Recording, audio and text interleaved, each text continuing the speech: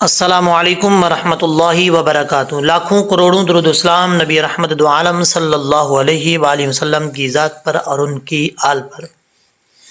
آج کے اس ویڈیو کے اندر نورانی قاعدے کی تختی نمبر 8 یعنی تختی نمبر 8 اور پارٹ نمبر 9 سٹارٹ کریں گے۔ 9واں پارٹ جو ہے وہ سٹارٹ کریں گے۔ اچھا جی، پہلے ہم نے آپ کو پتہ ہے کہ یہ سٹینڈ زبر کھڑا زبر کھڑی زیر کے بارے میں بتایا تھا۔ اب پارٹ نمبر 9 کے اندر ہم آپ کو بتائیں گے، کیونکہ یہ حروف مدہ کا بیان ہے اور اس ویڈیو کے اندر تفصیل سے آپ کو بتائیں گے کہ حروف مدہ کیسے یوز کیے جاتے ہیں، حروف مدہ کو کیسے جو ہے اس میں پڑھا جاتا ہے۔ سب سے پہلے آپ نے حروف مدہ یاد کرنے ہیں، کیونکہ یہ تختی حروف مدہ کی ہے تو حروف مدہ لازمی ہے۔ حروف مدہ 3 ہے، اگر آپ کے پاس کاپی پینسل ہے تو لکھ لیں، یا اگر اتنا آپ کا ذہن کام کرتا ہے یاد کرنا چاہیں سن کے تو یاد کر سکتے ہیں، نہیں تو کاپی پینسل پہ لکھ لیں، اس کو یاد کر لیں۔ اچھا جی، ساتھ ساتھ لکھتے جائیں۔ حروف مدہ 3 ہے، الف، واو، یا، یہ 3 حروف مدہ ہیں۔ اب یہاں پر دیکھنا یہ ہے کہ الف مدہ کب ہوتا ہے، واو مدہ کب ہوتا ہے، یا مدہ کب ہوتا ہے۔ ان 3 حروفوں کو ان کی جو تعریف ہیں وہ میں آپ کو تعریف لکھواؤں گا، ایک ایک کی الگ الگ کر کے ڈیفینیشن۔ سب سے پہلے الف مدہ کو لیتے ہیں۔ الف مدہ، الف جو ہے وہ کب مدہ ہوتا ہے؟ الف سے پہلے، یہ اس کی میں آپ کو تعریف بتا رہا ہوں، الف سے پہلے زبر ہو تو الف مدہ ہوتا ہے، ٹھیک ہے۔ اس کی مثال یہ ہے، یہ جس کے اوپر میں نے ایرو رکھا ہوا ہے یہ آپ دیکھ سکتے ہیں، یہ سب سے پہلے الف ہے، یہ پہلے میں آپ کو سمجھا رہا ہوں، اس کے بعد جو ہے یہ آپ کو پڑھاؤں گا، یہ والی تختی۔ یہ دیکھیں، یہ الف ہے، ہم نے تعریف کیا پڑھی تھی؟ الف سے پہلے زبر ہو تو الف مدہ ہوتا ہے۔ اب یہ الف سے پہلے زبر ہے، حرف کوئی بھی ہو، یعنی الف سے پہلے با ہو، تا ہو، جیم ہو، سا ہو، کوئی بھی حرف ہو، لیکن تعریف کیا ہے کہ الف سے پہلے زبر ہو تو الف مدہ ہوتا ہے۔ الف سے پہلے یہ زبر ہے تو اس کا مطلب الف یہ مدہ ہے۔ مد کا مطلب آپ کو پتا ہے کہ نہیں پتا تو غور سے سن لیں۔ مد کا مطلب ہوتا ہے لمبا کرنا، کھینچنا، ٹھیک ہے۔ اور الف مدہ جب ہوگا تو ایک الف کی مقدار اس کو لمبا کیا جائے گا، واو مدہ ہوگا تو واو کو ایک الف کی مقدار لمبا کیا جائے گا، یا مدہ ہوگا تو یا مدہ کو بھی ایک الف کی مقدار لمبا کر کے پڑھا جائے گا۔ اچھا جی، اب آپ کو پہلے میں نے بتائی ہے آپ کو الف مدہ کی تعریف۔ الف سے پہلے زبر ہو تو الف مدہ ہوتا ہے۔ مثال آپ کو میں نے دے دی ہے جس کے اوپر میں نے ایرو رکھا ہوا ہے، الف سے پہلے زبر ہے تو یہ الف مدہ ہے۔ اب آپ کو میں تعریف بتاتا ہوں واو مدہ کی۔ واو مدہ کب ہوتا ہے یہ آپ کاپی پہ ساتھ ساتھ لکھتے جائیں۔ واو ساکن سے پہلے پیش ہو تو واو مدہ ہوتا ہے۔ اب کچھ حضرات کو یہ بھی نہیں پتا ہوتا کہ ساکن کیا ہوتا ہے۔ جس حرف کے اوپر جزم آ جائے وہ حرف ساکن ہوتا ہے۔ یہ دیکھیں، یہ جازم ہے، جس کے اوپر میں نے ایرو رکھا ہوا ہے یہ جازم ہے، یہ پیش ہے۔ بعض اوقات لوگ جو ہے یہاں پہ کنفیوز ہو جاتے ہیں کہ پیش کون سا ہے، جازم کون سی ہے۔ یہ سرکل بنا ہوا ہے، نیچے واو کی طرح جو ہے وہ اینگل بنا ہوا ہے، یہ پیش ہوتا ہے۔ جو جزم ہوتی ہے وہ انگلش میں جیسے سی آتا ہے اسی طریقے سے یہ ایسے جس کے اوپر میں نے ایرو رکھا ہوا ہے یہ جزم ہے، ٹھیک ہے۔ جس حرف کے اوپر جزم ہو وہ حرف ساکن ہوتا ہے۔ اب واو کے اوپر جزم ہے تو واو کیا ہے؟ واو ساکن ہے، ٹھیک ہے۔ تو واو مدہ کی تعریف کیا تھی؟ واو ساکن سے پہلے پیش ہو تو واو مدہ ہوتا ہے۔ اب واو ساکن سے پہلے یہ پیش ہے تو واو مدہ ہے۔ اب اس کو ایک الف کی مقدار لمبا کریں گے، کیسے؟ با، واو، پیش، بو، ٹھیک ہے۔ الف مدہ کیسے پڑھا تھا؟ با، الف، زبر، با۔ اس کو دونوں طرح پڑھ سکتے ہیں، اگر آپ ایسے پڑھنا چاہیں با زبر الف با تب بھی آپ پڑھ سکتے ہیں، ٹھیک ہے۔ با الف زبر پڑھنا چاہیں تب بھی آپ پڑھ سکتے ہیں، ٹھیک ہے، کوئی پرابلم نہیں ہے، ٹھیک ہے۔ اچھا جی، با الف زبر با، با واو پیش بو، اتنا اس کو لمبا کریں گے۔ اب آخر میں یا مدہ، یا مدہ کب ہوتا ہے؟ یا ساکن سے پہلے، یہ تعریف میں آپ کو لکھوا رہا ہوں یا مدہ کی، کاپی پنسل پہ آپ لکھ سکتے ہیں اور کاپی پہ جو ہے وہ لکھ سکتے ہیں. یا ساکن سے پہلے زیر ہو تو یا مدہ ہوتا ہے. اب یہ دیکھیں، یا کے اوپر جزم ہے، یہ یا ساکن ہے. ہم نے تعریف کیا پڑھی تھی؟ یا ساکن سے پہلے زیر ہو تو یا مدہ ہوتا ہے. یہ یا ساکن ہے، یا ساکن سے پہلے زیر ہے با کے نیچے، تو یہ کیا ہوا؟ یا مدہ ہوا. ٹھیک ہے، تو اس کو بھی ہم ایک الف کی مقدار لمبا کریں گے. کیسے؟ با یا زیر بی، با الف زبر با، با واو پیش بو، با یا زیر بی.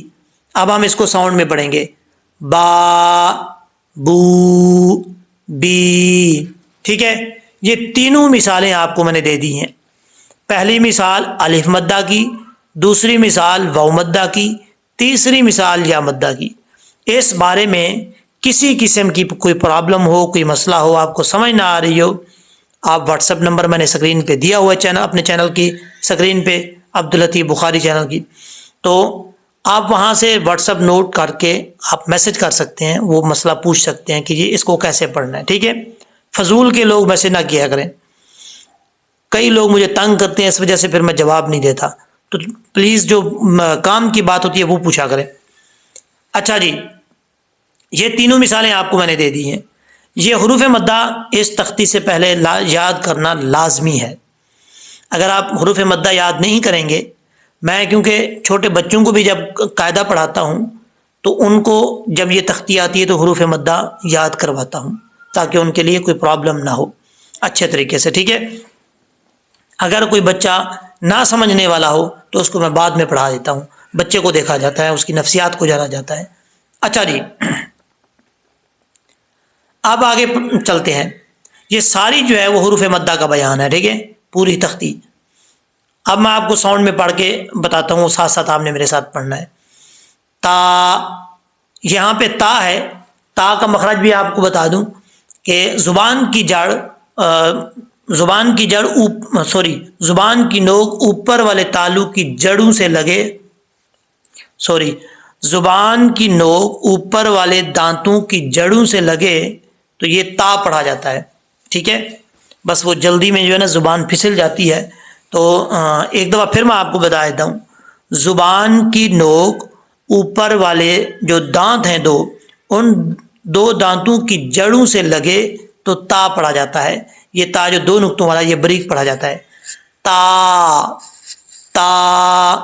ٹھیک ہے، اب یہ بھی الف مدہ ہے، تا الف زبر تا، تا واو پیش تو، تا یا زیر تی، تا ساؤنڈ میں پڑھیں گے آپ، تا تو تی. اچھا جی، اب ہم پوری لائن کو ساؤنڈ میں پڑھیں گے. با بو بی تا تو تی. ٹھیک ہے، اچھا ایک بات اور میں بتاتا چلوں، اس کو جزم بھی بولتے ہیں اور سکون بھی بولتے ہیں. آپ کنفیوز نہ ہو جانا کہ کچھ لوگ تو سکون بولتے ہیں، سکون بھی ہے نام اس کا اور جزم بھی ہے، جزم. اچھا جی، اب دوسری لائن پہ چلتے ہیں. جی، یہ ثا ہے. ثا کا مخرج پہلے میں کئی دفعہ بتا چکا ہوں، لیکن یہاں پہ بھی آپ کو بتا دیتا ہوں کہ زبان کی نوک اوپر والے دانتوں کے نچلے حصے سے لگے تو ثا پڑھا جاتا ہے بغیر سیٹی کے. ثا ثا. ٹھیک ہے، اس کو سیٹی کے ساتھ نہیں پڑھنا، اگر سیٹی نکلے گی تو سمجھ لیجیے گا یہ غلط پڑھا جا رہا ہے. زبان کی نوک اوپر والے دانتوں کے نچلے حصے سے لگے تو کیا پڑھا جاتا ہے؟ ثا ثا. مثال کے طور پہ یہ آپ کے دانت ہیں، ٹھیک ہے، یہ دانتوں کا بالکل نیچے والا یہ کنارہ ہے، تو یہ جو ایرو میں نے رکھا ہوا ہے، یہ جہاں جو ہاتھ آپ کو نظر آ رہا ہے، یہ ہاتھ جو ہے مثال کے طور پہ زبان ہے. اب زبان جو ہے دانتوں کی یہ یہاں لگے گی، جہاں پہ یہ ایرو لگ رہا ہے نا، یہاں پہ زبان لگے گی تو یہ ثا پڑھا جائے گا بغیر سیٹی کے. دیکھیں، ثا ثا ثا. یہ جیسے ہی ہاتھ لگ رہا ہے تو سمجھ لیں کہ یہ زبان لگ رہی ہے. ٹھیک ہے. سا سا الف زبر سا سا واو پیش سو سا یا زیر سی. یہ جو الف ہے اس کو نہیں پڑھیں گے, یہ چھوڑ دیں گے. اچھا جی, اب ہم اس کو ساؤنڈ میں پڑھیں گے. سا سو سی. آگے چلتے ہیں. یہ ہا ہے, ہا کا مخرج ہا جو ہے یہ بریک ہا ہے, یہ حلق سے ادا ہوتی ہے. یہ وہ والا حلق جو منہ کی طرف ہے, جس کا تعلق منہ کی طرف ہے, ٹھیک ہے, اس حلق سے یہ ہا پڑھا جاتا ہے.